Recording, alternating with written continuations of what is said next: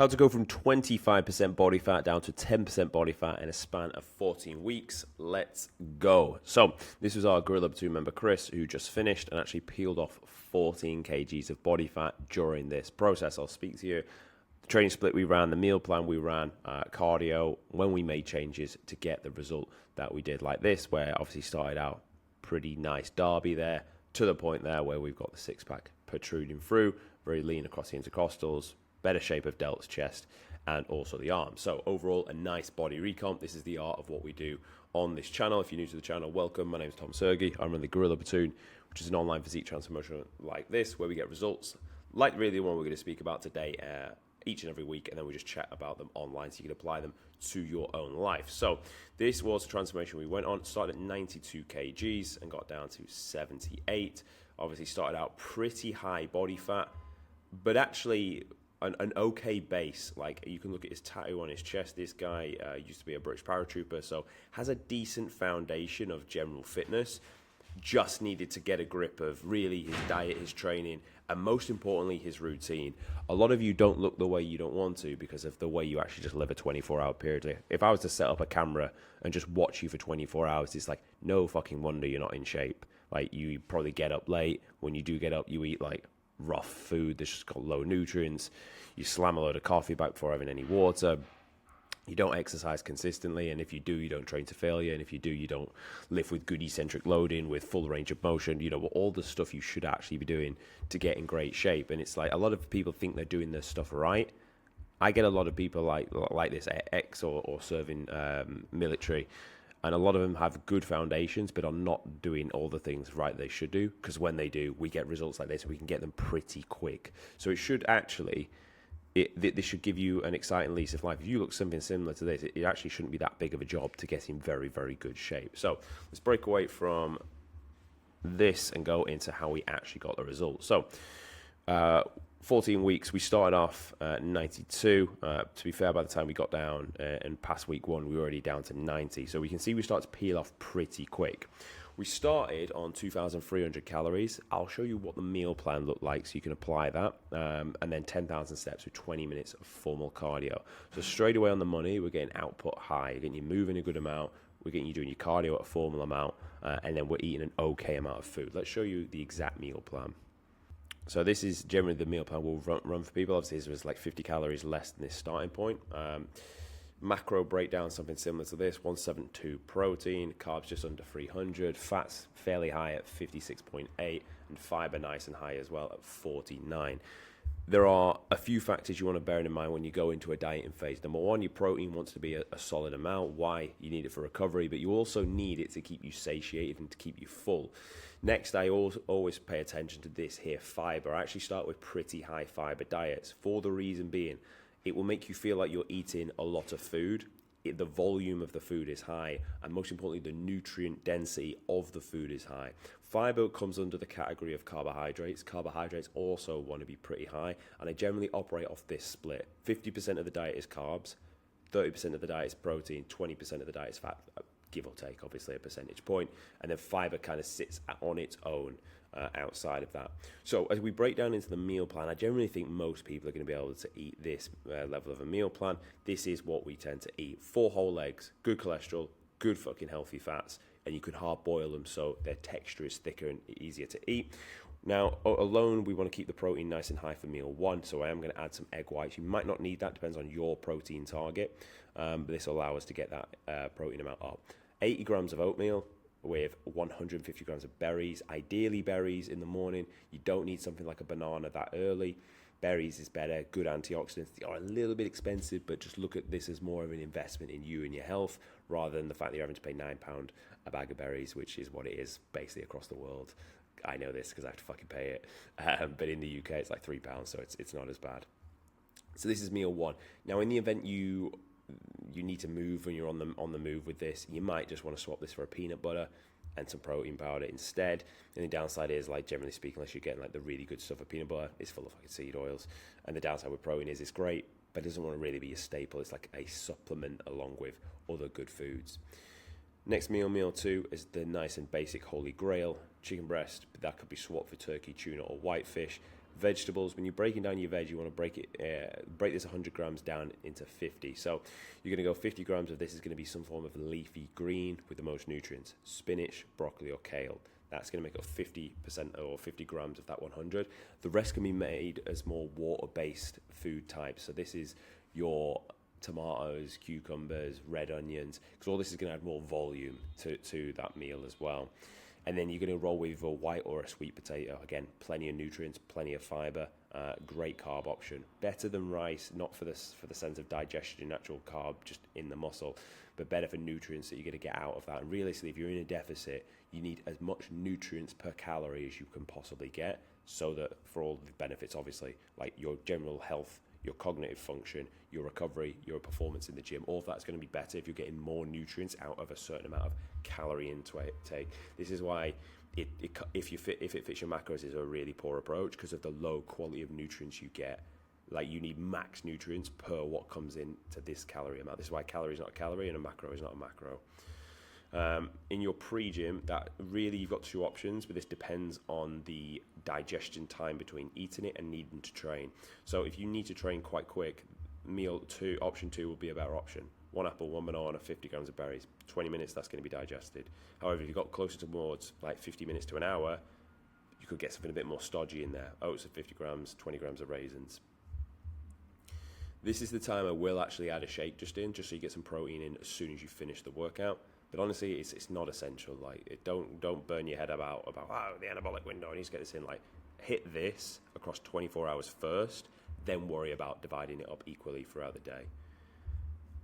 Meal 5 is the same really as the meal 2, so you can batch prep. That's the main reasons for this, is so you can batch prep the meals. I don't want this to feel like a second job trying to follow a meal plan. This wants to be auto fucking pilot. Your food shop wants to be short. Your prep time wants to be quick, so you can stick to this for the long term. You do not need a fancy meal plan. You just need a nutrient dense one that you can stick to consistently. And then you wrap up the end of the day with some low fat yogurt, good probiotic, berries at 100 grams, and a bit of dark chocolate for some magnesium. And that will be that's the feeding plan that we ran for him. Now let's push back on into what we did for cardio. So if we go back to, so I'll start straight on cardio, to be honest. As we can see, 20 minutes daily here. We're talking, you're going to use an incline treadmill, walk, or a bike for the most part. But then you can use some of it as a bit of impact, running and boxing and whatnot. That can be done, but that wants to be 20% of the time. 80% of the time wants to be non-impact.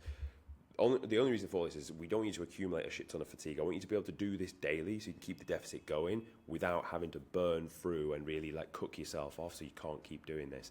That's the main focus and the main reason behind this. And then the steps as well are very easy. Steps are your neat non-activity exercise thermogenesis, and cardio is your formal cardio that's going to see that drop off when we have to like list steady, low intensity, steady state. Now for Chris, we actually put him on the plan, and to be fair, with that input and output, he dropped very nice. As you can see, look at the calorie change, very, very minimal. 2-3 was set all the way through, 20 minutes of cardio all the way down to week 9.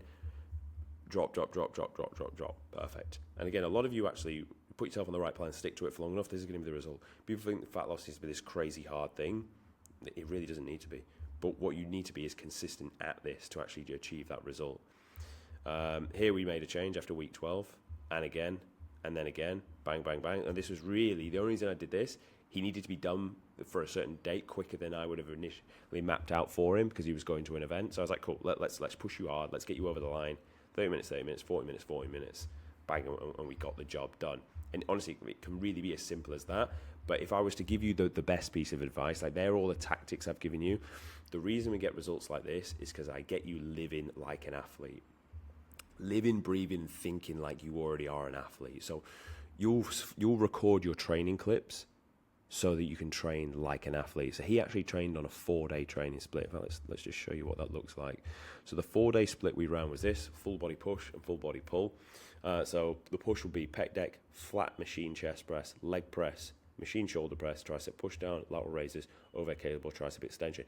Notice everything actually is on a machine. There's not that much legs in there, granted, and there won't be in the first phase. But everything here is on a machine, on a fixed line. So your ability to train very hard and with good intensity should be spot on.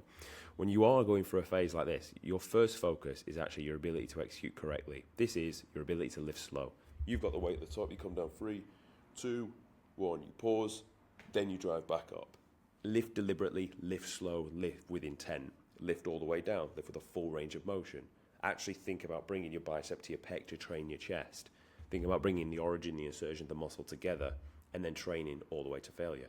You do these basics, you'll get in very, very good shape. But a lot of you do not lift the weight slowly. You lift it like a sewing machine. You don't go all the way down, because going all the way down fucking hurts. You just move the weight from A to B rather than thinking about stretching and shortening a muscle. And if I was to watch a lot of your sets, you've got more in the tank. Most of you are not doing all 4 of those things, let alone 2 of them, probably let alone 1 of them. You're just moving a bit of weight, and that's it. That's why your physique's not changing. Your physique can change drastically. You get leaner, it'll change drastically, but you train properly, it will blow up. Your body adapts and grows muscle. People have been doing this for the longest period of time, but you won't get in shape because you don't train correctly. I obviously watch these guys' clips week in, week out, so I make them train hard. So I refine each time they do a movement. I'm like, right, you move your elbow more at a 45-degree angle when you press rather than flaring it out at right angle. Then they send that back to me, then I see the improvement. Go a bit deeper the next time you do this so you can actually get more mechanical tension. Lift this weight a little bit slower. And then boom, they apply it, they send it back to me. We then repeat the process. So that training is in a very, very good space. That's how you get a good physique. Because they're accountable to the clips they're going to send me, to the points that we spoke about, then they have to apply it. A lot of you don't keep yourself accountable or have someone to keep you accountable anyway. And that's why your physique's not changing. I know this because I've been in your shoes, where for years my physique really didn't change. As soon as I actually got someone to analyze my training and watch it and give me pointers and feedback, I actually started to grow muscle. I actually started to like really change how I was looking, and you can do the same. But you've got to get a grip of your training. He trained well. That's why he's got the muscle he has. It's not just about the weight loss.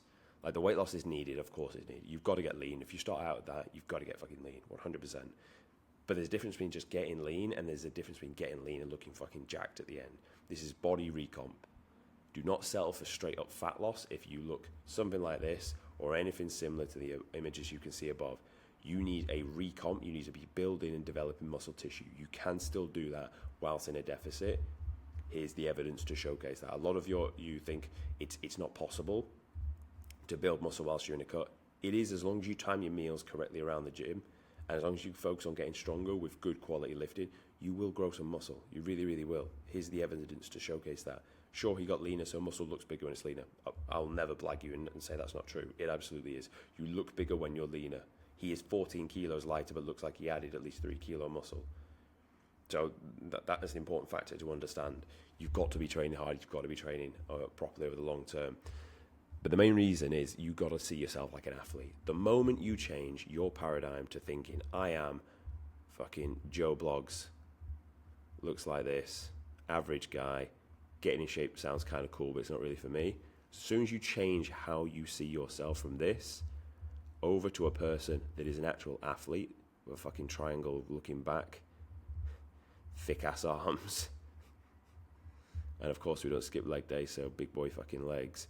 As soon as you change yourself to think like you're this, your day-to-day habits look like this. You get up early because it should be like this. You get a cold shower so it frames you like this. You eat the same meal plan day after day so it makes you look like this. You're always hydrating so it makes you look like this. You're training hard so you look like this. You're saying no to things so you look like this. Everything you do is in alignment with this person. When you see yourself as an athlete going through, you watch your form clips and your training exercises so you can look like this. As soon as you start living like this, you will look like this. If you keep living like this, you'll continue to look like this. It's that simple. It really is. If people ever told you there's no secret to getting in shape, they lie to you. There absolutely is. The secret to getting in shape is live like the person who is already in shape. You will then be in shape. Because it's through cause and effect. You live like this person, now you look like this person. You live like this person, now you look like this person. That's your evidence. You lived like this person already for the longest period of time. That's why you look like this. But people think, it's just because this is me and this is how I see things and think. It's like, as soon as you change who you want to be, you yourself will change. But you've got to act like them first before you can actually get the result of the thing. You can't be given the thing first, then you change. Because you won't fucking change. You'll just stay as you are because it's comfortable. That's the biggest piece of advice I can give you in all of this. I've told you what we did to get him in shape, but the main factor is he lived like an athlete. That is the main factor. Living like an athlete is what makes you look like an athlete. Fucking remember that. So if you want me to do this for you, you want to get results like this, then there'll be a link in the description. Come join us inside the Gorilla Platoon. Other than that, thank you for watching, and I'll see you tomorrow.